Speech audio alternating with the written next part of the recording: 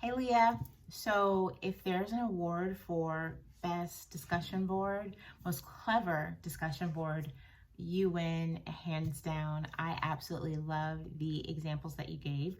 First of all, they were extremely accurate in how you described the type 1, type 2 errors that were made.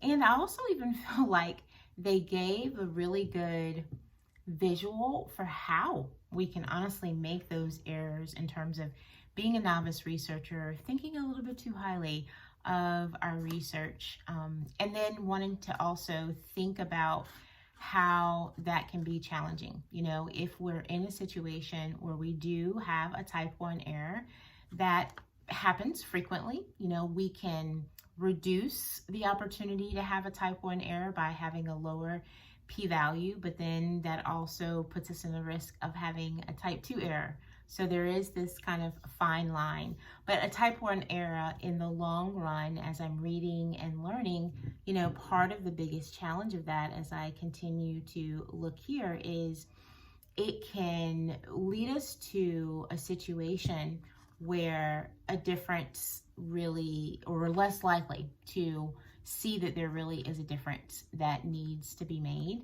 And then when it comes to a type 2 error, we may not see that a change needs to be made because it can be a much slower process for us to realize, wait a minute, there actually is some movement that needs to occur, but that type 2 error can take a while and a lot of succession of statistical data before we get to the point where we realize it warrants something that is quite aggressive. So in many ways, I look at the type 1 and type 2 errors as an opportunity to have checks and balances, and knowing that both of them impact the statistical significance, how data is meaningful, how data is inferred and translated, which also, the more I look at this, it really creates a huge magnitude for the research design. You know, I laugh and I think back to when we first heard about doing a hypothesis in research. Of course, we would have been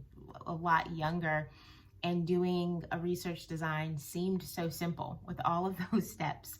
And now that we're here and we realize what it takes before we get to actual published peer-reviewed research that we utilize in order to inform our own modalities or our own courses of action and research, there's a lot that goes into it, and making sure that any confounding opportunity possible has been eliminated so that what we're looking at and what we are interpreting is as solid and as foundational as possible. And where it's not, we've discussed those parameters and those limitations. But again, thank you for a wonderful post. It took what could be a very confusing kind of topic and made it seem very personable. So I appreciate your time and effort.